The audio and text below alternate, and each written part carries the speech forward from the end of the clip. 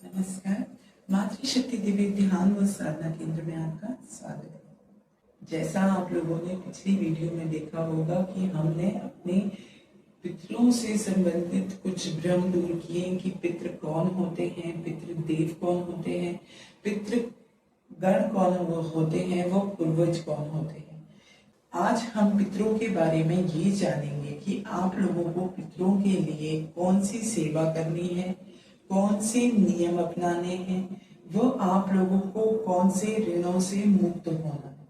तो विषय शुरू करने से पूर्व आपसे एक याचना करना चाहेंगे कि यदि आपने हमारे चैनल को सब्सक्राइब नहीं किया है तो सब्सक्राइब कर लीजिए, और यदि आपको हमारे द्वारा बताया गया ज्ञान आपके किसी काम आता है तो वीडियो को लाइक जरूर करें। ये वीडियोस औरों के भी काम आ सके तो वीडियो के प्रचार व प्रसार के लिए वीडियो को शेयर जरूर कीजिए। तो चलिए शुरू करते हैं। देखिए, एक आप लोगों को नियम अपनाने हैं। ये 3 नियम मैं आपको बताऊंगी जिन नियमों का पालन आप लोगों को अति आवश्यक होता है करना, और 3 ही सेवा आप लोगों को बताऊंगी जो आप अपने पितरों के लिए करोगे। तीसरा, आपको मैं कुछ ऋण बताऊंगी और उससे मुक्त होने के मैं आप लोगों को उपाय बताऊंगी। इस वीडियो में हम इन 3 विषयों में ही बात करेंगे। तो पहले हम बात करते हैं पितरों के नियम की। देखिए, जो पितृपक्ष आता है हमारे 15 दिन का, उन पक्षों में आप बहुत ही सात्विक और हल्का भोजन करोगे। ये आपका पहला नियम रहता है। दूसरा नियम आपका रहता है कि आप लोगों को स्वच्छ कपड़े व लाइट कलर के कपड़ों का ही चयन करना है। वो सफेद रंग भी हो सकता है और उसके अलावा कोई भी हल्के रंग हो सकते हैं।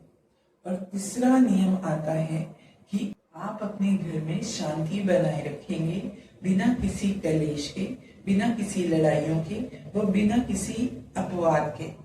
तो ये हमारे 3 नियम होते हैं जो हमें अपने पितरों की कृपा प्राप्ति के लिए करने होते हैं।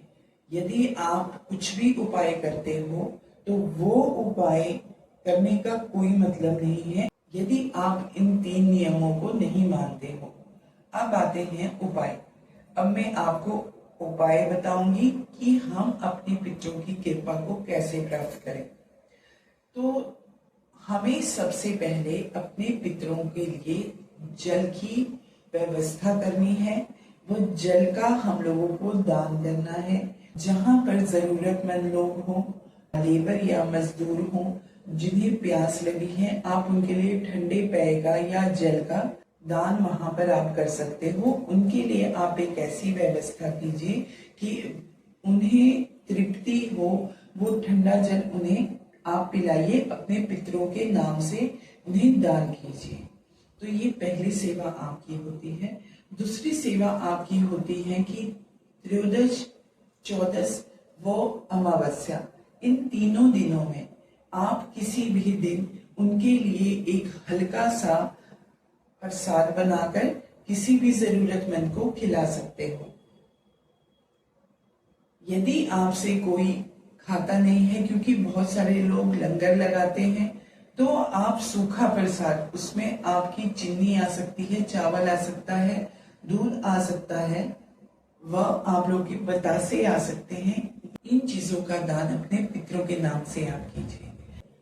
तीसरा उपाय आपके लिए आता है, जो पितृपक्ष आता है उन 15 दिन में आपके कुटुंब व आपके परिवार के लोगों के साथ आप संबंध अगर खराब हो गए हैं तो उन्हें समझाइए, और अगर सही है तो उन्हें और अच्छा बनाइए। ये आपके 3 उपाय होते हैं जिन उपायों को कर आप लोगों के पितरों की कृपा आप लोगों पर होती है। अब बात आती है ऋण की। मनुष्य जब जन्म लेता है तो वो ऋणों के साथ पैदा होता है। वो ऋण होते हैं देव ऋण, ऋषि ऋण व पितृ ऋण। अब इन ऋणों को चुकाने के लिए हम लोगों को उन चीजों पर चलना होता है।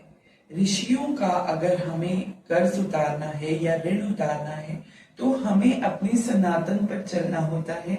अपने धर्म शास्त्र जो हमारे ऋषि मुनि हमें धरोहर दे के गए हैं, उन चीजों का पालन करते हुए हम लोगों को अपना जीवन यापन करना होता है और अपने संस्कृति और अपने धर्म को उन्नति की ओर ले जाना होता है। ये हमारा ऋषि ऋण, इससे हमारा मुक्त हो जाता है। देव ऋण, जहां से आपकी आत्मा चलती है, बहुत सारे देव होते हैं वो, उन सबका आप लोगों पर ऋण होता है।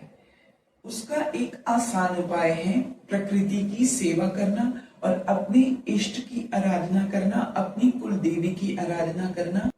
उनके प्रति जो आप आस्था रखते हो या उनकी सेवा करते हो, उससे आपको उनकी कृपा भी प्राप्त होती है और आप देव ऋणों से मुक्त भी हो जाते हो।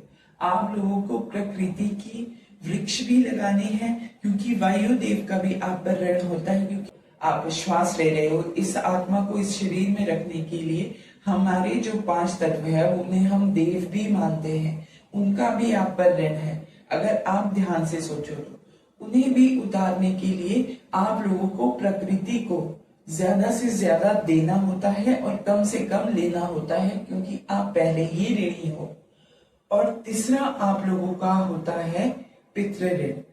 जब मनुष्य इस शरीर में जन्म लेता है तो उसके ऊपर पूर्वजों के ऋण होते हैं।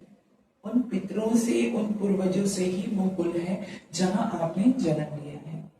तो उनके ऋण से मुक्त होने के लिए आपको समय समय पर तर्पण, दान, पुण्य व उनके लिए हवन, इन सब चीजों की आप लोगों को व्यवस्था करनी है। तब आप इन तीनों ऋणों से मुक्त हो सकते हो। तब आप लोगों का जीवन खुशहाल होता है। फिर आप लोगों के पितरों की कृपा आप लोगों पर होती है। तो आप इसको अपने जीवन पर उतारिए और अपना जीवन समृद्ध व सार्थक बनाइए। तो इसी के साथ आज का हमारा विषय समाप्त होता है। कल फिर मिलते हैं एक नए ज्ञान के साथ और एक नए विषय के साथ। तब तक के लिए धन्यवाद। ओम नमः शिवाय।